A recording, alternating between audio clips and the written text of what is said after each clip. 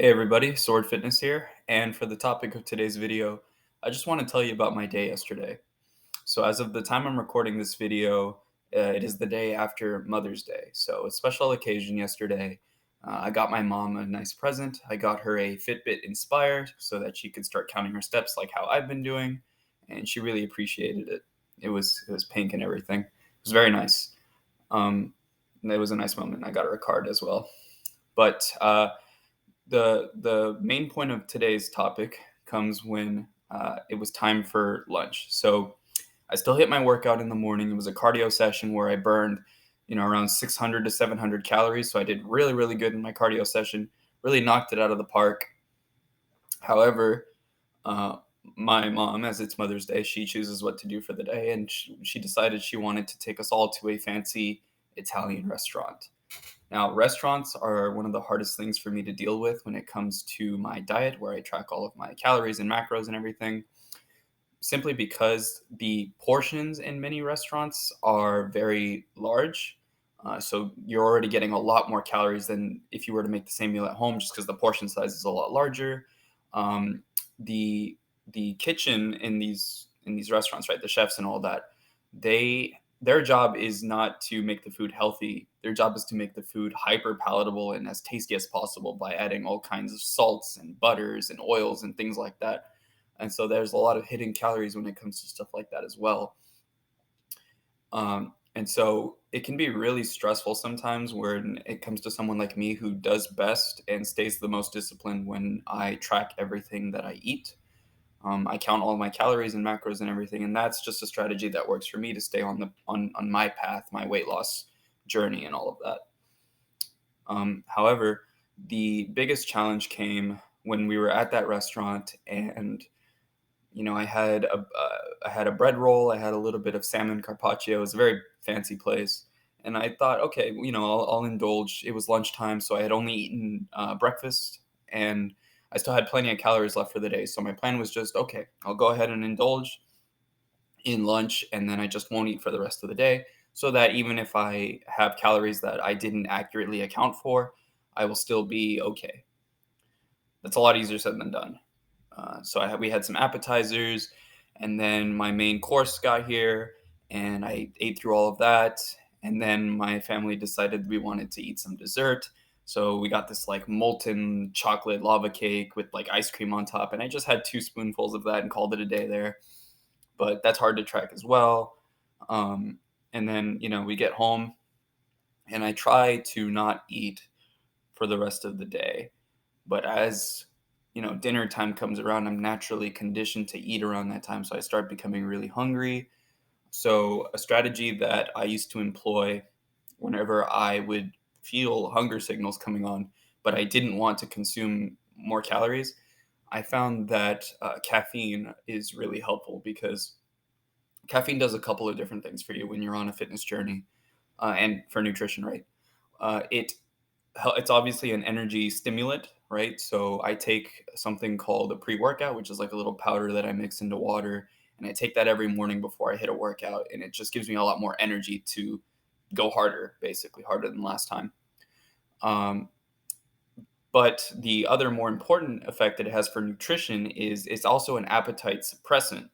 So when you consume caffeine, you naturally become less hungry. And so one of the things that I had done early on in my fitness journey was whenever I would feel an intense hunger come on and I didn't want to consume more calories during that time, I would have coffee because it's got caffeine in it. Now the trick with coffee though is you have to be careful what you add to it because there are many things like creamers and sweeteners and things like that that can add a ton of calories to that cup of coffee. So what I actually got used to doing, and you don't have to do this if you don't want to, but I tried it out, didn't think I would like it, and I ended up tolerating it. So it's something I do every once in a while is I have just straight black coffee. And it works for me because I don't consume it thinking about the taste. I just consume it thinking, okay, this is just going to keep me alert for a while longer and it's going to suppress my appetite. And so that's what I'm taking it for. Unfortunately, yesterday I did not feel like brewing a cup of black coffee, and instead I went to my other choice for low calorie and caffeine drink, I went for a Coke Zero sugar, right? And there's nothing wrong with diet sodas. It's actually something I can talk about in a future video. You can actually drink as much diet soda as you want and still lose weight. It is truly about calories in and calories out, and so diet sodas are actually really really good for that. However, for me, there's a psychological like behavioral aspect when it comes to soda for me. I tend to pair my soda with food. So if I were to drink a cup, which I did, I filled the cup of Coke Zero sugar, drank through that, and immediately I felt like having a snack with it. And so I'm gonna go ahead and do the walk of shame here. I'll show you guys. I got myself some of these right here, just Kroger brand knockoff little Cheeto cheese balls things, and I got them because I very much believe in tracking my calories and tracking my macros, but still, with my extra calories that I have on any given day, I like to fill that in with treats to keep me happy and keep my diet sustainable, right? Because at the end of the day, food is fuel, yes, but you also want to actually enjoy the diet you're on so that you stick to it. The best diet is one that you will stick to for the rest of your life, not just for the short term, right? So for me, I really like things like pizza and burgers and chips and things like that. So I try to fit that in every once in a while where I can, which is why I got this. Every once in a while, I'll weigh it out. Of course, I will make a video on that at some point about why it's important to weigh your portions. But I'll pour it into a bowl, weigh it out, calculate my calories, and make sure that that falls within my budget to be able to consume that, and then I will. Now, the problem is last night, so I'm drinking my Coke Zero, and I'm thinking, I probably overshot my calorie target already, even though it's not looking like that on my calorie tracker. And I was feeling super hungry, so I think I'm just gonna indulge. I'm just gonna binge. And so I poured these out into a bowl, and I tracked it. I always track. That's just a habit that I've built to maintain my discipline. Is no matter what goes in my mouth, I try my best to track it. It just works for me. You don't have to do that, but it works for me personally, right? So I pour it into a bowl, weigh it out, consume it, and then I pour another bowl, consume it, and then I pour another bowl and consume it.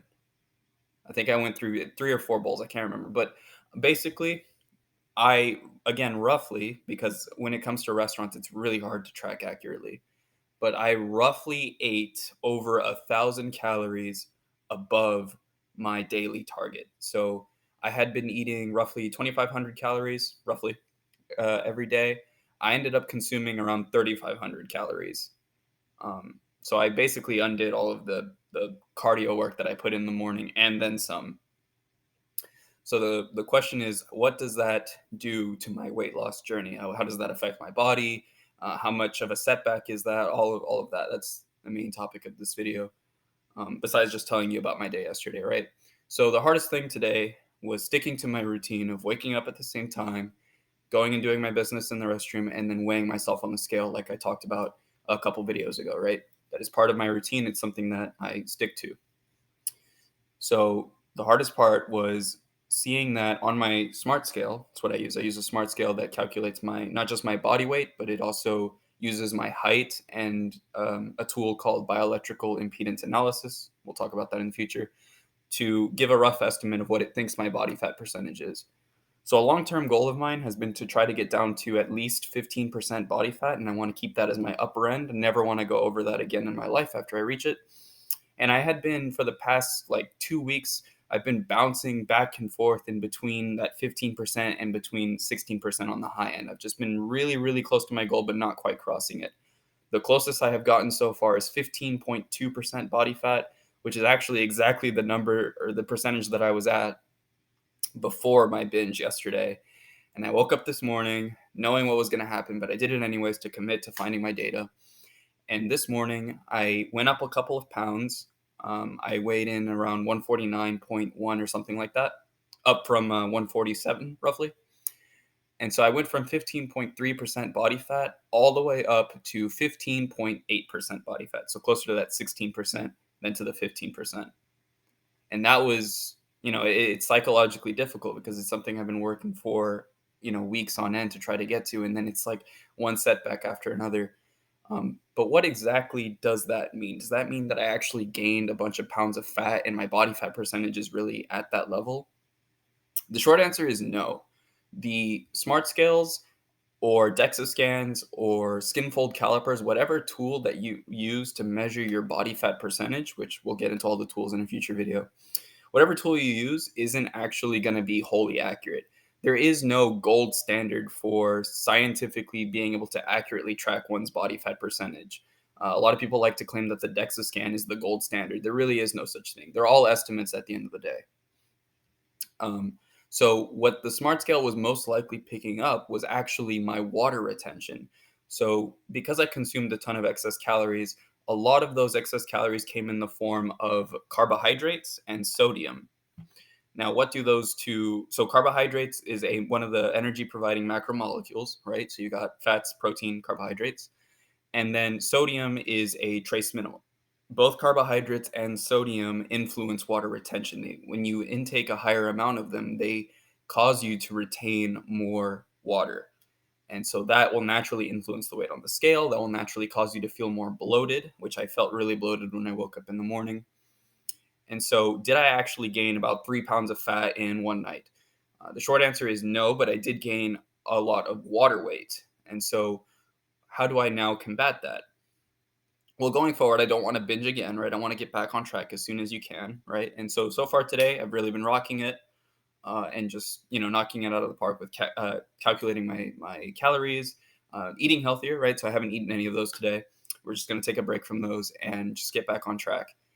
And then the other thing that you can do is drink a lot of water. So I always carry this hydro flask with me. It's 32 ounces. I try to drink at least a gallon of water every day. That's just filling this up 4 times and drinking through it. Honestly, most days I actually do a gallon and a half, so it's great. The more water that you drink, the less your body will want to hold on to it. You'll start to urinate more and get rid of a lot of that excess water weight. A lot of thing that you can do is to start influencing your water weight loss is sweating. So the sauna that I talked about a couple of videos ago, that's really helpful for cutting down on water weight as well. So all of those things should help me get back to that 15.2, 15.3% body fat within the next 2 or 3 days. So all of that weight gain that I gained is not permanent. It is just sodium retention. And the main moral of today's video, today's story, right, is nobody's perfect, right? Even me who wants to be a bodybuilder and a fitness influencer, personal trainer, all of that, right? Nobody's perfect. You're going to have days where you fall off the wagon, where you make mistakes, right? You're not perfect. What matters is that you don't dwell on it and you don't let that defeat your entire journey. Remember what I said a couple videos ago. This is not a sprint. This is a marathon. This is a lifelong journey. So we have ups and downs, right? So this is just one small setback on the many years that I'm going to enjoy being at the body fat percentage that I want to be at. So if I let today defeat my goal of getting to the body fat percentage that I want to achieve, then I'll never achieve it. So I like to just think about my future self and how grateful that person is going to be for the work that I'm putting in now. And they'll understand. Not every day can be, you can't win every single day, but you can win more days than you lose. So I hope that helps some of you that may have had rough days here and there. The most important thing is just to hunker down and never give up. Just make the next day better than the last. It's just like training in the gym. You want to progressively overload, train harder than last time. Alrighty, with that being said, that's going to wrap up today's video. Subscribe for more daily uploads. Leave a like if this helped you out. Comment down below, and I'll respond to as many as I can in my free time. Just keep putting one foot in front of the other. Take it easy, and I'll see you next time.